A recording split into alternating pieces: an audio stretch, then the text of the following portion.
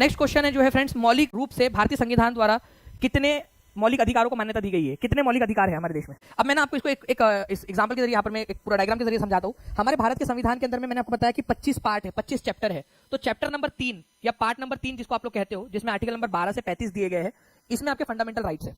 इसको हमने कहां से लिया है? यूएसए के संविधान से लिया है हमने। फंडामेंटल राइट्स को कहां से उधार लिया गया, ये क्वेश्चन बहुत इंपॉर्टेंट है।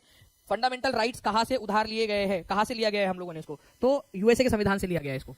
तो पार्ट नंबर 3 में आर्टिकल नंबर 12 से 35 तक के अधिकार, 12 से 35 तक के आर्टिकल फंडामेंटल राइट से डील करते हैं, ये याद रखेंगे आप सभी लोग, ठीक है। इसमें कौन कौन से अधिकार है आप लोगों के, ध्यान से समझना आप लोग। पहले हमारे संविधान में 7 फंडामेंटल राइट्स हुआ करते थे, ठीक है, 7। लेकिन जो है फ्रेंड्स, अब हमारे संविधान के अंदर में केवल 6 फंडामेंटल राइट है। 7वें नंबर को कौन सा फंडामेंटल राइट को रिपील कर दिया गया है? तो याद रखना है आप सभी लोगों ने फ्रेंड्स कि एक अधिकार था right to property, article number 31 में, संपत्ति का अधिकार, इसको हटा दिया गया है। अब कई सारे बच्चों को यह पता होता है कि संपत्ति का अधिकार हटा दिया गया, बट कौन से संविधान संशोधन के जरिए हटाया गया? ये क्वेश्चन पूछेंगे ना एग्जाम में, कौन सा संविधान संशोधन था जिसके जरिए हटाया गया? तो 44वें संविधान संशोधन के जरिए हटाया गया था। लोग 42वां लगाकर आते हैं कि भाई सारी चीजें जो है ना 42 में हुई थी, 42 के अंदर में। ऐसा लगता है उनको कि पूरी दुनिया जो है वो 42 के अंदर में ही की गई हमारे संविधान में। बहुत सारी चीजें हुई 42 में, इसको इसी वजह से उसको मिनी कॉन्स्टिट्यूशन भी कहते हैं। बट भाई बाकी के भी संविधान संशोधन हुए ना। तो 44 कॉन्स्टिट्यूशनल अमेंडमेंट एक्ट था, मोरारजी देसाई उस समय में भारत के प्रधानमंत्री थे 1978 में। उन्होंने बोला राइट टू प्रॉपर्टी को हम हटाते हैं फंडामेंटल राइट से, अब उसको एक कानूनी अधिकार बना देंगे, केवल लीगल राइट रहेगा वो। आर्टिकल नंबर 300A में उसको ट्रांसफर कर दिया गया, ठीक है। तो पहले 7 थे, जो राइट टू प्रॉपर्टी था वो भी एक अधिकार था आपका फंडामेंटल राइट, अब उसको हटा दिया गया। तो अब केवल 6 फंडामेंटल राइट बचे, ठीक है, फंडामेंटल राइट 6। एक बार मेरे साथ साथ में रिवाइज करूंगा क्या? मैं आप लोगों को जो है सारे के सारे एक बार जो है याद भी करवा दूंगा। बट ये 6 फंडामेंटल राइट कौन कौन से आप लोगों के, इसको मेरे साथ में एक बार रिवाइज करो आप लोग। आर्टिकल नंबर 12 और 13 उसमें कुछ बातें की गई। आर्टिकल नंबर 12 में बताया गया कि राज्य की परिभाषा क्या है, और आर्टिकल नंबर 13 में बताया गया है कि फंडामेंटल राइट्स के खिलाफ कोई कानून बनता है तो उसको चैलेंज किया जा सकता है कोर्ट में। आर्टिकल नंबर 14 से लेकर 18 तक के जो आर्टिकल्स है, ध्यान से समझना मेरी बात, ठीक है, इनको कहा जाता है आपका right to equality, right to equality, समानता का अधिकार। आर्टिकल नंबर 19 से लेकर 22 तक के जो अधिकार है आप लोगों के, इनको कहा जाता है स्वतंत्रता का अधिकार, राइट टू फ्रीडम, ठीक है। यहाँ पर मैं याद रखेंगे आप सभी लोग, फ्रीडम का अधिकार, राइट टू फ्रीडम, यहाँ फ्रीडम लिख देता हूँ शॉर्ट में आप लोगों का, ठीक है, फ्रीडम। आर्टिकल नंबर 23 और 24 वेरी इंपॉर्टेंट, ठीक है, बहुत ज्यादा इंपॉर्टेंट है आप लोगों का, ठीक है। आर्टिकल नंबर 23 से 24 जो आपका राइट अगेंस्ट एक्सप्लॉइटेशन, ठीक है, राइट अगेंस्ट एक्सप्लॉइटेशन, एक्सप्लॉइटेशन का मतलब होता है फ्रेंड्स शोषण, शोषण के खिलाफ अधिकार आप लोगों का, ठीक है। आर्टिकल नंबर अभी हम लोग देख लेते हैं यहाँ पर 25 से लेकर आप लोगों का, ठीक है, 28 तक के जो आर्टिकल्स है, ये रिलीजन वाला अधिकार है आपका, रिलीजन का अधिकार, राइट टू रिलीजन मतलब धार्मिक स्वतंत्रता का अधिकार, ठीक है। 29 और 30 में आप लोगों का जो है अधिकार दिए गए हैं आपका माइनॉरिटीज के लिए, कल्चरल एंड एजुकेशनल राइट उसको कहते हैं, cultural and educational right, educational, या फिर आप इसको बोल सकते हो संस्कृति, ठीक है, शैक्षणिक और सांस्कृतिक अधिकार, ओके, ये केवल माइनॉरिटीज को है। आर्टिकल नंबर 31 हटा दिया गया है। कौन से संविधान संशोधन के जरिए हटाया गया था बताइए? डायरेक्टली आएगा आर्टिकल नंबर 32, आर्टिकल नंबर 32, ठीक है, ये है आपका राइट टू कॉन्स्टिट्यूशनल रेमेडी, ठीक है, संवैधानिक, ठीक है। यहाँ पर मैं आप लोगों का जितने भी, अगर मान लीजिए कोई भी आप लोगों के अधिकार है, वो अधिकारों का हनन होता है आप लोग, तो उसके लिए आप कोर्ट जा सकते हो यहाँ पर में, ठीक है। तो संवैधानिक उपचार का अधिकार उसको कहा जाता है राइट टू कॉन्स्टिट्यूशनल रेमेडी, ठीक है। तो संवैधानिक उपचार का अधिकार, संवैधानिक उपचार लिख देता हूं यहाँ पर मैं, संवैधानिक उपचार जिसको आप लोग कहते हो फ्रेंड्स यहाँ पर मैं कॉन्स्टिट्यूशनल रेमेडी, कॉन्स्टिट्यूशनल रेमेडी, ठीक है, रेमेडीज। तो कॉन्स्टिट्यूशनल रेमेडी या कोर्ट जाने का अधिकार आर्टिकल नंबर 32 में दिया गया है। तो 1, 2, 3, 4, 5 और ये 6वां, तो 6 आपके फंडामेंटल राइट है। तो यहीं पर आपसे पूछा गया था कि कितने हैं मौलिक रूप से भारतीय संविधान द्वारा कितने अधिकारों को मान्यता दी गई, ठीक है, 6, 7, 10, एक से अधिक जी। तो आंसर जो है फ्रेंड्स, आंसर हो जाएगा आपका 6। अभी हमारे देश के अंदर में ओरिजिनली 7 थे, लेकिन अभी हमारे देश के अंदर में कितने हैं? 6 है, 6। 7 लगाने वालों दुनिया कभी माफ नहीं करेगी तुमको। अभी पूरा अभी गिन के बताया तुमको यहाँ पर में कि 6 है करके, ठीक है, 1, 2, 3, 4, 5, 6। जो आर्टिकल नंबर 31 था इसको हटा दिया गया है 44वें संविधान संशोधन के जरिए। अगर आप चाहते हो ऐसे ही सारी चीजें आपको करवा दूं तो लाइक एंड शेयर करते रहेंगे फ्रेंड्स सेशन को आप लोग यहाँ पर में जल्दी जल्दी से जी।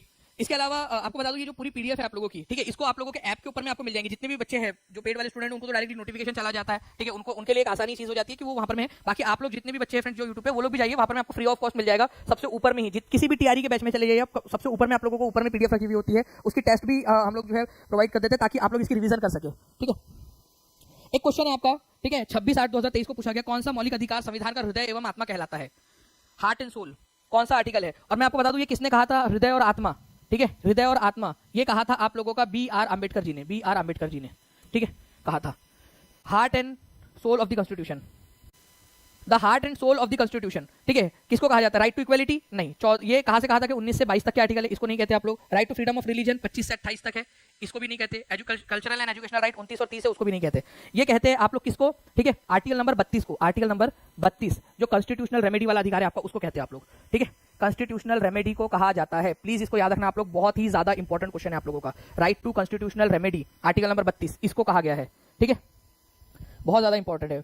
Heart and soul of the constitution, ठीक है, article number 32 doctor B R Ambedkar ने ऑन रिकॉर्ड हमारी भारत की संविधान सभा के अंदर में इसको कहा था, हार्ट एंड सोल। और एनसीईआरटी के अंदर में भी आप लोगों को दिया हुआ है, ये याद रखेंगे आप सभी लोग, इंपॉर्टेंट है।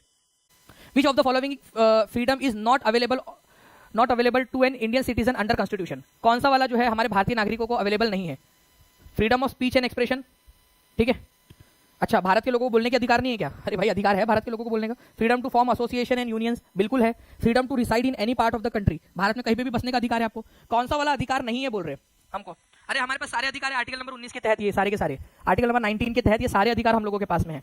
ठीक है, एक बार मैं आपको दिखा भी दूं कौन कौन से अधिकार है आप लोगों के। जैसे फॉर एग्जांपल आप यहाँ पर में देखिए, ठीक है, ये पूरे अधिकार, right to equality, right to freedom, right against exploitation वगैरह है ना। राइट टू फ्रीडम में जो आर्टिकल नंबर 19 है आपका, उसमें और 6 अधिकार है, 6 राइट्स है आपके, 6 राइट्स।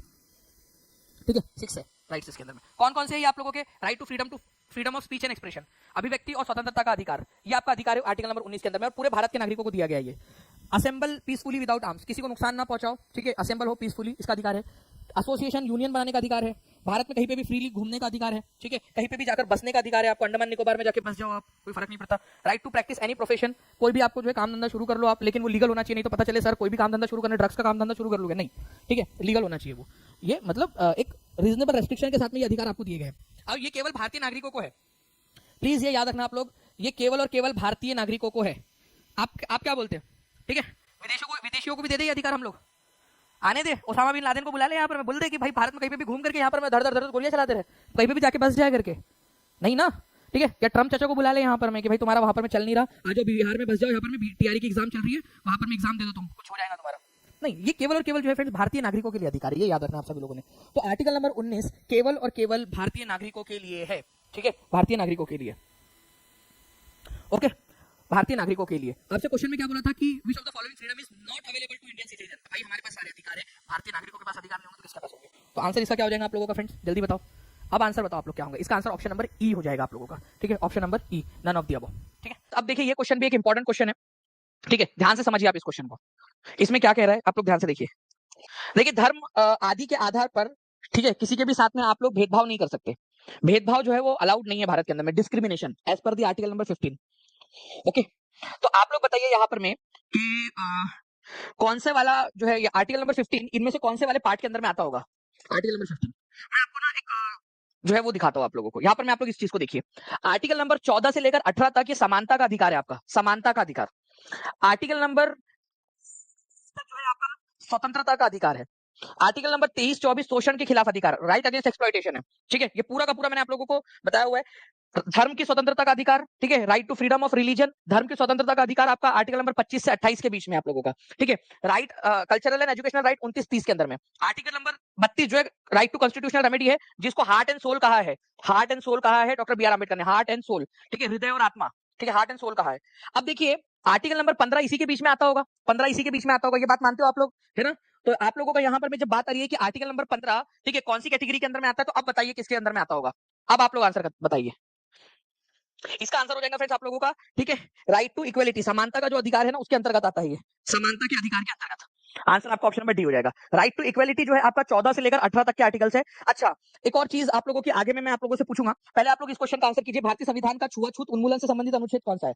छुआछूत, एबोलिशन ऑफ अनटचेबिलिटी, मतलब किसी को भी जाति के आधार पर कि आप ये छोटी जाति का इस वजह से हम जो है इसके साथ में कोई लेना देना नहीं रखेंगे, या उसको पार्क में आने से रोकना, हॉस्पिटल में जाने से रोकना, या फिर कोई भी उसके साथ में भेदभाव करना, ठीक है, एबोलिशन ऑफ अनटचेबिलिटी। छुआछूत का उन्मूलन आप लोगों को बताइए कौन से आर्टिकल के तहत आता है ये? तो छुआछूत का उन्मूलन जो है आप लोगों को आता है आर्टिकल नंबर 17 के अंदर में, ठीक है, आर्टिकल नंबर 17। अब मैं आपसे पूछता हूं कि छुआछूत का जो है यहाँ पर में उन्मूलन या एबोलिशन ऑफ अनटचेबिलिटी, इनमें से कौन से वाले इसके अंदर में, कौन से वाले कैटेगरी के अंदर में आती है? ये मैं आपसे सवाल पूछना चाहता हूँ जी। तो देखिए अगर मैं बात करूं फ्रेंड, धर्म आदि के आधार पर विभेदन या प्रतिषेध, ठीक है, आप लोगों का ये आर्टिकल नंबर 15 जो है वो 14 से 18 के बीच में आता है, तो 17 भी तो 14 से 18 के बीच में ही आता है, तो उसमें भी आंसर डी हो जाएगा उसका, ठीक है। राइट टू इक्वलिटी के अंदर में आता है आपका छुआछूत का एबोल्यूशन। ये आप लोगों को यूपीएससी के एग्जाम में आया था, हो सकता है आप लोगों के टीआरई के एग्जाम के अंदर में भी पूछ लिया जाए, तो प्लीज याद रखिएगा आप लोग।